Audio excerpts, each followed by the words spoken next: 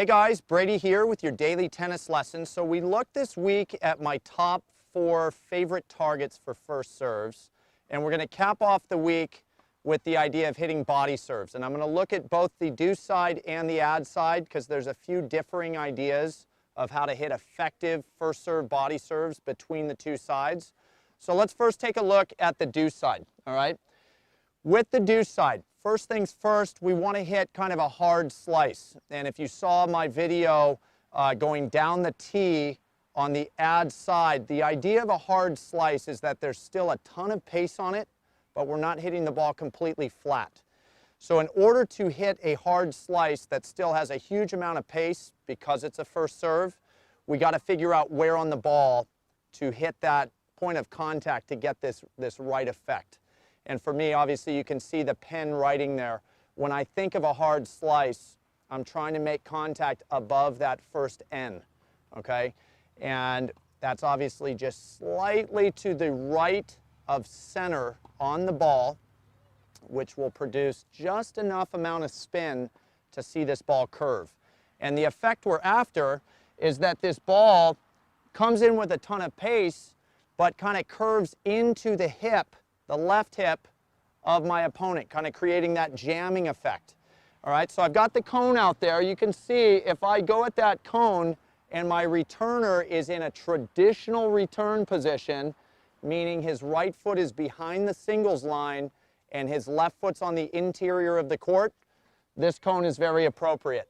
But with all of these body serves, be aware, obviously, of where your opponent is standing for return. If they like to stay a little closer to center, they like to position a little farther out wide, you know, again, their body is what we're after, so we've got to be able to tailor the target a little bit to be able to get into the left hip. All right, with today's video, there's no returner in there, obviously, so let's have a go at this target. Hard slice, trying to get that ball to tail off into their body a little bit and jam them up. All right, so here we go.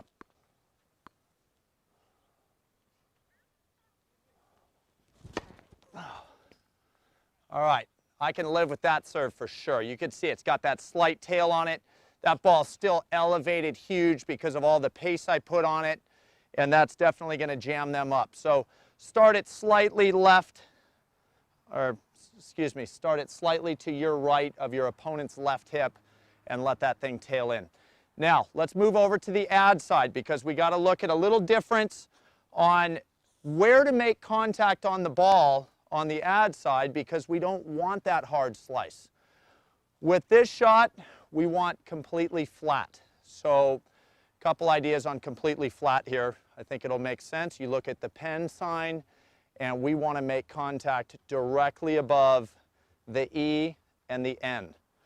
In terms of target, again, if the opponent has shifted around a little bit, you got to be aware of that because wherever they are has everything to do with targeting their body. With this target, I'm just assuming again that the returner is in that traditional position. This time his left foot is lined up behind the singles sideline, right foot's to the interior of the court, and I'm going to try to play that really flat contact above the E and the N, and with that target, I'm really trying to go at the belly button. I'm trying to hit this huge ball that stays on a straight line, so I keep it right to the middle of their body and hopefully get, again, that really jammed up return that if they make it, I get a little follow-up, clean-up put away. All right, so let's take a look at the body serve on the ad side. Really flat serve here.